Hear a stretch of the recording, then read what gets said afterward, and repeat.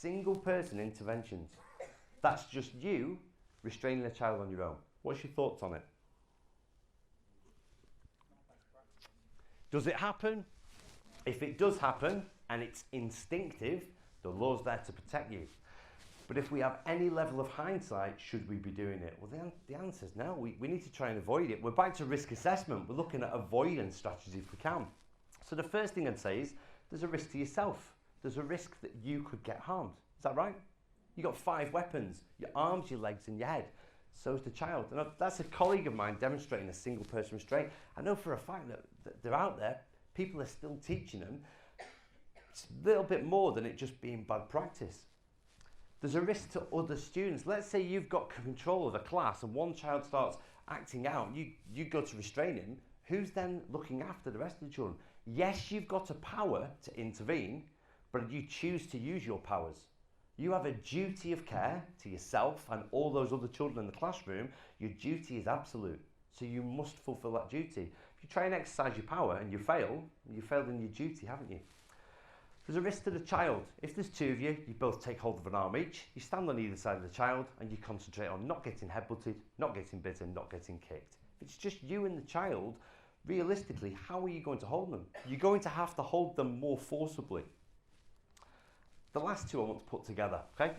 Motor skills and health and safety. So, health and safety. Has everybody seen a TV program called Jeremy Kyle? You love it or you hate it. I can see some of the looks. And it's not enough of an excuse to say, I'm only watching it till Loose Women comes on. Okay, that isn't a get-out clause. So who watches Jeremy Kyle? Not a show of hands. Who watches? Now I've done some research and I can tell you who's watching Jeremy Kyle. Okay, so here we go. This is the stereotyping section. Students, they're watching Jeremy Kyle because there's nothing else to watch. Okay. Housewives, house husbands, people who don't work, people who work shifts and people who are injured. Now, where am I basing my statistics on? I'll tell you how I'm basing my statistics by watching the advert breaks. So the advert breaks go like this. Foxy Bingo, logbook loans, cash for gold, and above all else, no win, no fee. Look at the adverts on daytime TV. You've got about 6 adverts in any advert break. Have you had an accident? Do you want us to make it look like you've had an accident? All these weird and wonderful strategies. We'll give you an iPad. We'll give you a cash advance. They just want that phone call.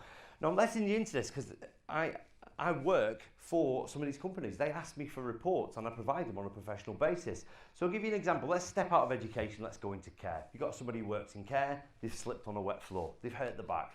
They phone up Mr. No Win, No Fee and they say, I want that free iPad. I've had an accident. Okay. Where did you slip on the floor? I remember it vividly. I slipped next to the yellow sign that said wet floor. That's where they should hang up. Do they? No, because they have to fill out a form. Or the people on the telesales, they have to take them through a series of questions. Could this accident have been prevented? Were there any other incidents which led up to this? What other work activities do you do? Well, in a care home, well, I feed the residents, I change them, I take them for walks, and I sometimes lift them in and out of beds. Bang, they know they've got a prosecution. How do you get people in and out of beds in a care home? With hoists, a mechanical method. So we've got something which has been established as best practice, which everybody's using. Also, if you're lifting something, you have to follow manual handling regulations. So we've all done this. Talk me through it. I'm going to lift something. I need to bend my knees, back straight, keep the load close to your body. Don't twist your trunk. Feet face the same way as your shoulders. And don't attempt to lift anything heavier or lesser than this that you can manage than what weight? 25 kilos, okay? So, quick question, the children you deal with in your schools, do they weigh more than 25 kilos? Yeah. Absolutely. Is restraint classed as a manual handling activity? Well, I'll answer that for you. The health and safety executive tell us that it is. So I know for a fact some people have said, oh, just we do it like this, we hold them like that. You can do, but it's not lawful because it's breaching. Let's say it happens, a child's falling backwards, a child's running on the road, you instinctively see something, you're covered, you've seen that in the law. But realistically, if you've got time to plan, and restraint should be a planned activity, then you've got time to try and avoid it as well.